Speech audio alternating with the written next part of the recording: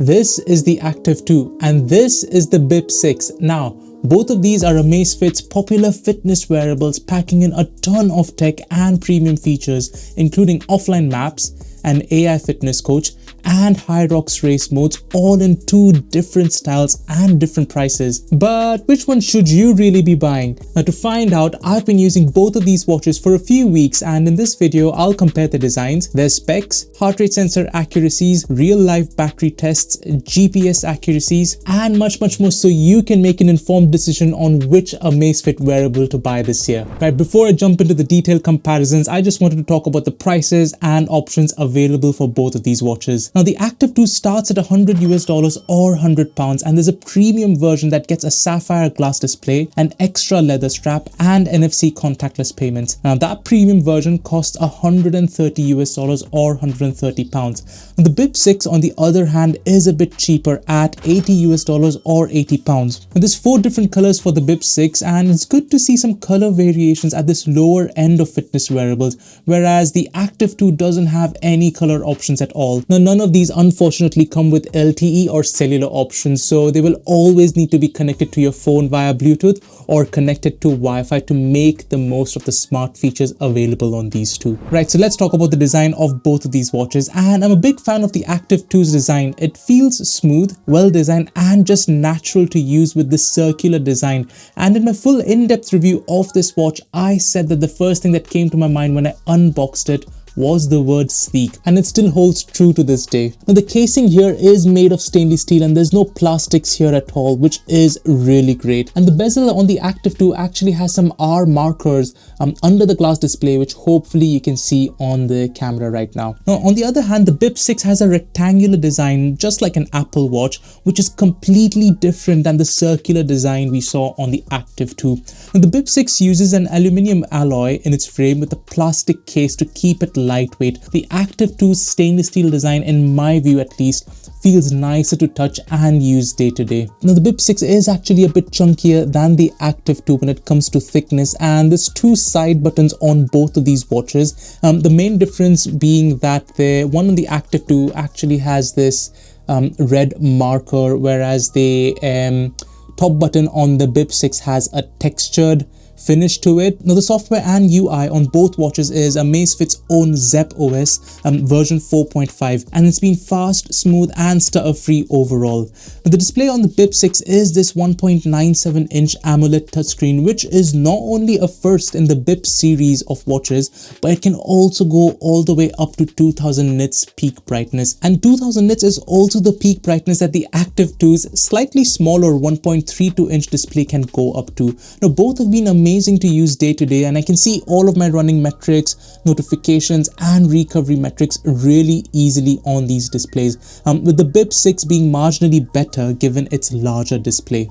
Speaking of displays, the Active 2 comes with tempered glass, which is also the case for the Bip 6, but you can get the Active 2 with sapphire glass display, which I mentioned at the start, only in the premium version. There's no sapphire glass option available for the Bip 6, unfortunately. So if you're into rugged outdoor or indoor activities, or into Hyrox, for example, you should probably look at the premium version of the Active 2. Now, there's not much storage available on the Active 2. It comes with less than 512 megabytes of free space, so it's not a massive storage to download a bunch of offline maps as well as MP3 music files. And it's even worse for the Bip 6, which comes with less than 64 megabytes of space. Now, both watches are good for 5 atmospheres of water resistance, and at the back you've got Amazfit's proprietary BioTracker suite of sensors, and I'll be testing out the optical heart rate sensor accuracies of both of these watches later on in this video. Okay, so let's compare all of the things that both of these watches can track from a health, performance, and recovery perspective. And the first thing I wanted to mention is that the Active 2 is packed with more than 160 different sport profiles. So you've got the usual stuff like running, elliptical trainer, weightlifting, yoga, etc. But it also has some other stuff like race walking, BMX, hunting, rock climbing, and so on. And both the Active 2 and the Bip 6 are one of the world's very few wearables that come with a pre-built Hyrox race or a Hyrox training mode, and you can do individual individual doubles or relay high rocks training or races on both of these watches, but that's not a major surprise given Amazfit is actually the official wearable partner and timekeeper of high rocks races worldwide. So if you're training for high rocks, either of these might be a good shout for you. The Bip 6 on the other hand comes with just over 140 different activities, which is slightly less than the Active 2s, and I'll list the activities missing from the Bip 6 but available on the Active 2 on the screen just now, so you can pause and check it out. There's even driving as an activity. I'm a high performance athlete. Athletes sweat. Sweat, baby. Sweat.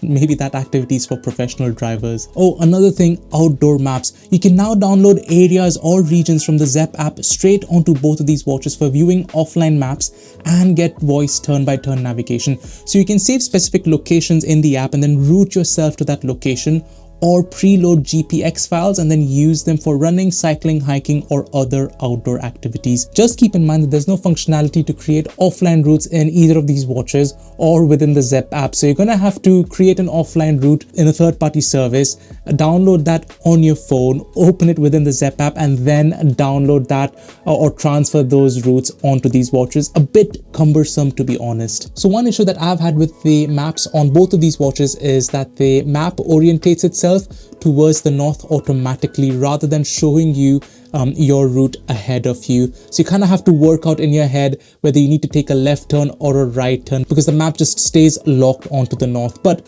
overall, if you can get over the hurdle of downloading your own GPX file and then transferring it onto these watches, then the availability of offline maps and getting turn-by-turn navigation on something like the Bip 6 that costs just $80 is unbelievable value for money. Now, both the Active 2 and the Bip 6 will also not record any multi-sport activities like triathlons or duathlons. So if you're into multi-sports, make sure you click onto the pop-out banner right now for my full in-depth comparison between Garmin, Coros, Polar as well as Suunto sports watches that actually track multi-sport activities. In addition to activities, the sleep tracking, blood oxygen levels, stress levels as well as training load features are exactly the same. There's no difference at all. When it comes to sleep tracking, both will do the usual stuff like sleep duration, time spent in each sleep stage, average resting heart rate, SpO2 levels, and the trend over the last few days. If you dig a bit deeper into the Zepp app, there's even more data like sleep regularity,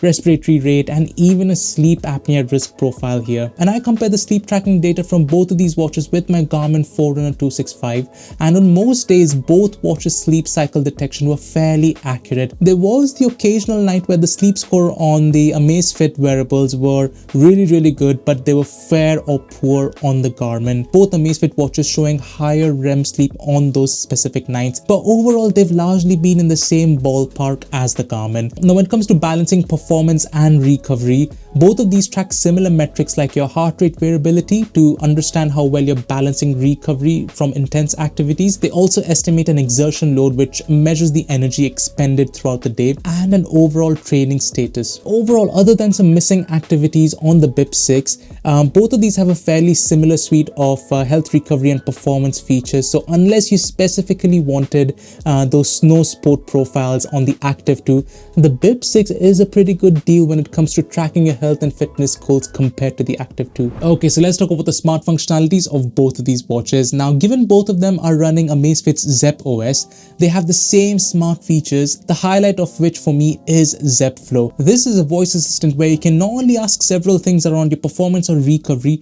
but you can also type, dictate, or reply to messages using a full QWERTY keyboard.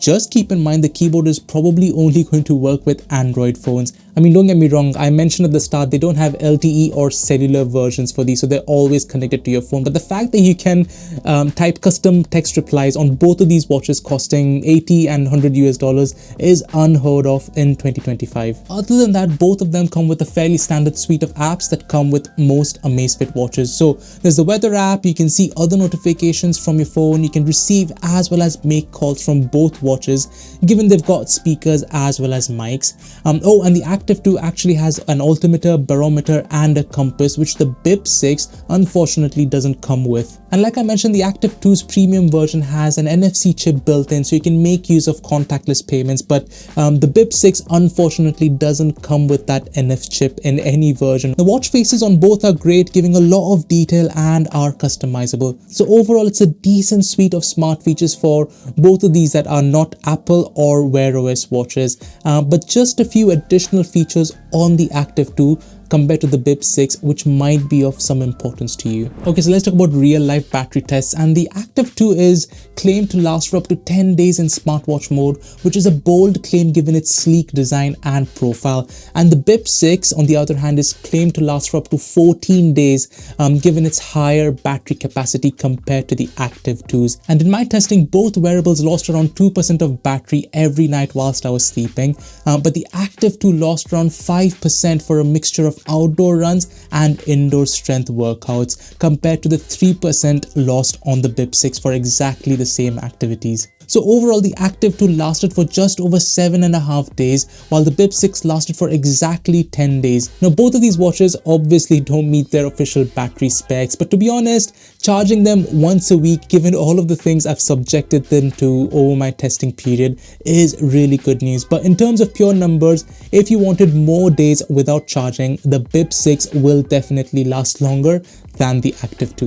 Right, so when it comes to heart rate sensor accuracy, both of these are using Amazfit's proprietary BioTracker suite of sensors, and I've tested them out against my trusty Polar H10 chest strap, which uses ECG technology and is often considered as the gold standard for heart rate measurement. Now let's look at the heart rate chart for indoor cycling, and there's a really good match between the Bip 6, the Active 2 and the chest strap, and there's no major surprises, which is expected for indoor cycling as it's one of the easiest activities for wearables to record. Next, looking at an intervals based outdoor run, and the Bip 6 was a bit hesitant at the start of the run when my heart rate was rising, but after that it had a really good match with my chest strap. It has peaked up all of the peaks as well as troughs accurately after that initial slow pickup rate. The Active 2 on the other hand was fine at the start, but it was slightly off towards the end here, which I think might have been because of the stainless steel getting a bit slippery against my wrist due to sweat.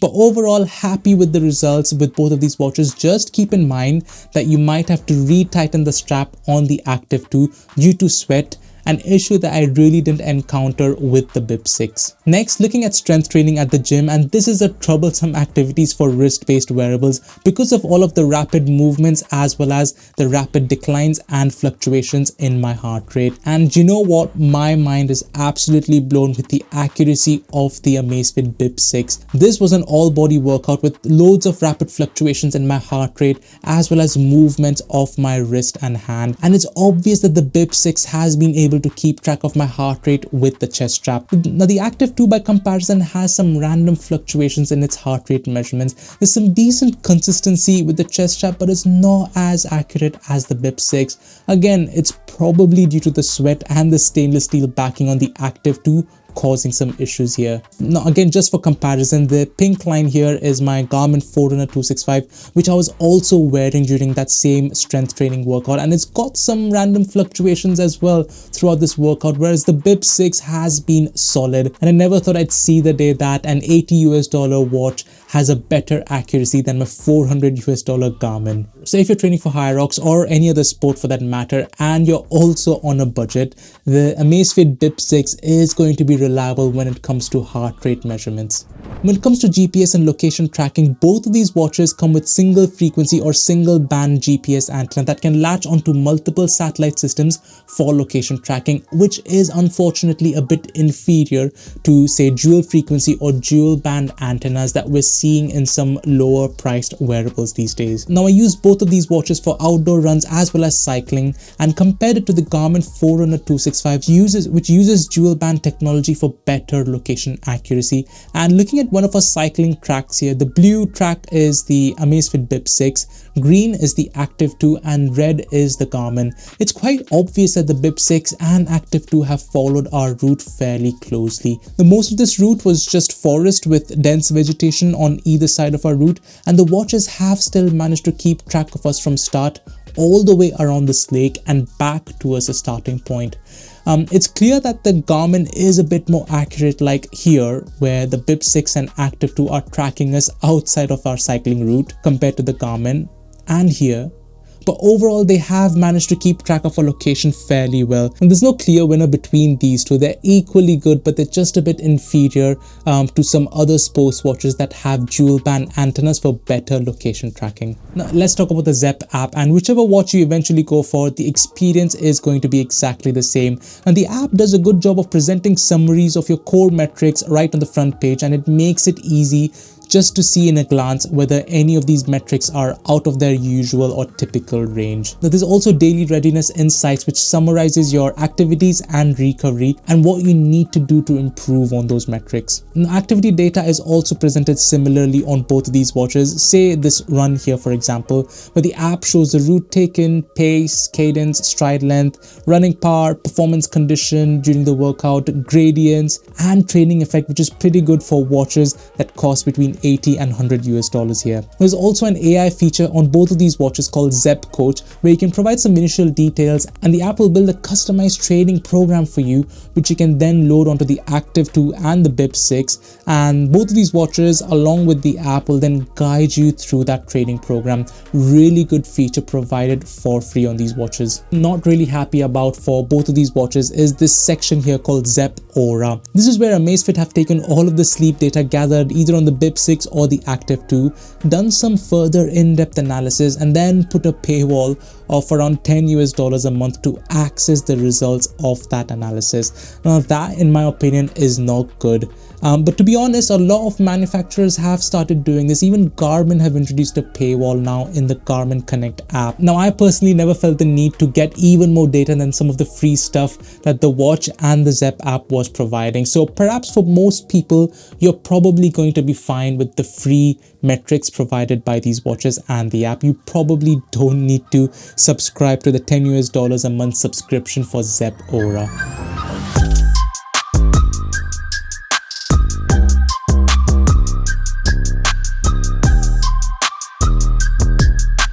So then, which one of these Amazfit wearables should you go for? Now, I think Amazfit have done a brilliant job with the Bip 6 as well as the Active 2, so it's going to be a bit tricky to pick one of these watches, but I'll try to break this down objectively. So if you just wanted the cheapest out of the two, Bip 6 is a clear winner here. Want a classic circular and sleek design? The Active 2 is a better choice. If you're looking for more snow sports, then again Active 2 is a better choice. Both have offline maps, so that's a draw. Heart rate sensor accuracy has been brilliant with the Bip 6 compared to the Active 2.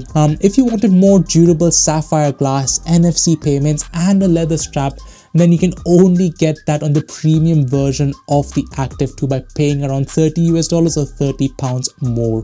GPS accuracy is the same on both, so either will be fine with tracking outdoor activities. So hopefully, using that table, you can pick one of these wearables with the features that matter most to you. But if you were to give me 100 US dollars today and ask me to pick one of these watches myself, although I quite like the sleek and circular design of the Active 2 here, I'd probably go for the Amazfit Bip 6. It's cheaper, has a larger display than the Active 2, still has all of the new offline maps and turn-by-turn navigation, is more reliable with the heart rate sensor accuracy, and is a bit more lightweight than the Active 2. Alright, so I just wanted to say thanks to all of you amazing subscribers and to new viewers. Don't be shy from pressing that subscribe button, especially if you don't want to miss out on my upcoming reviews and comparisons between the Garmin Forerunner 570 and 970 and an epic wearables showdown featuring the Whoop 5.0. See you in the next one.